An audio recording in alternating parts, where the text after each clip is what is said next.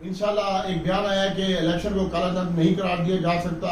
अमरीकी वक्त भी पहले हफ्ते में पाकिस्तान का दौरा कर रहा है और पेट्रोल और डीजल की प्राइस भी 1 अगस्त से थोड़ी नीचे हो सकती हैं और इसके साथ साथ मॉनेटरी पॉलिसी भी घट रही है। इंशाल्लाह अल्लाह ताला की ज़ात बेहतर करेगी और पहले मामले में 3 स्कोर की निचकारी होगी और इसके साथ साथ इंशाल्लाह PIA भी आपका बिकने जा रहा है और अल्लाह ताला की ज़ात बेहतर करेगी और इसके साथ साथ मुस्तकबिल में आलमी ताकत बनेगा।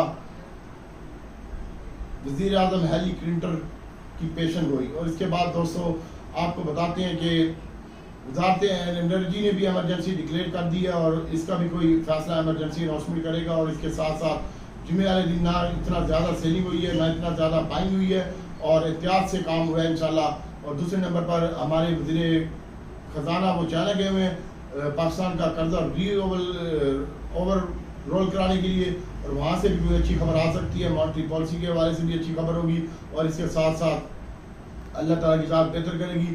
सऊदी अरब ने भी अभी तेल उधार पे देने की हामी नहीं भरी और ये भी मामला आता है। और इसके साथ साथ एहतियात से काम कीजिएगा। 2-4 आइटमों में काम करें, दिन में 2-4 हज़ार शेयर का काम करें और फिर निकलने की कोशिश करें। इंशाल्लाह अल्लाह ताला की ज़ात बेहतर करेगी। अभी एक बयान आया है इलेक्शन को काला दिन करार दिए जाने वाली कोई सूरत हाल नहीं, ख्वाजा आसिफ साहब ने कहा है और आने वाले महीनों में सियासी सूरत हाल भी मुस्तहकम हो जाएगी।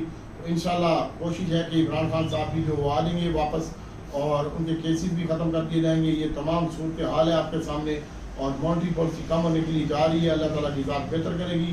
और इसके साथ साथ आपको बताते चलें कि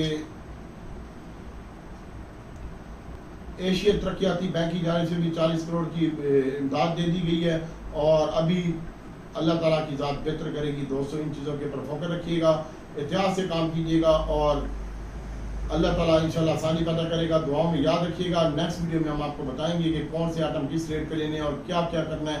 तो नेक्स्ट वीडियो का इंतजार कीजिएगा। और अभी आपको छोटी सी प्लानिंग बता देता हूँ। जो लोग फ्यूचर में काम करते हैं ना, लाली 10-20% शेयर का काम करें, डे ट्रेड करें और निकल जाएं और किसी की बातों में ना आए, चाहे मैं हूँ या मेरा बाप ही क्यों ना हो। मैंने तो ये बेड तजर्बा किया है। और उसके अलावा रेडी में काम करें और पीछे कैपेसिटी भी रखें। आप अपने उसमें जगह रखें पोर्टफोलियो में और 40-50% माल पोर्टफोलियो में रखें और ब्रांडेड आइटम रखें, ब्लू चिप से आइटम रखें, हर आइटम को जफा ना पाएं। और इसके साथ साथ फ्यूचर में अगर आप काम करते हैं तो पहले डिलीवरी में पोजीशन फुल करें ताकि आपके पास कैश कम हो और फिर फ्यूचर में काम करना हो तो 2,000, 4,000, 10,000 का काम करें और निकल जाएं। अगर आपके पास लाख शेयर की कैपेसिटी है तो 30% एक्सपोजर यूज करें, उसमें से निकलने की कोशिश करें। अच्छे ब्लू चिप्स आइटम में मैं आपको काम करवाऊंगा, उसमें काम करें और अल्लाह ताला इंशाल्लाह बेहतर करेगा। बहुत ज़्यादा एहतियात से काम करें, बहुत ज़्यादा एहतियात से काम करें। और फ्यूचर में बैड एक्सपीरियंस रहा है फ्यूचर में काम करने का।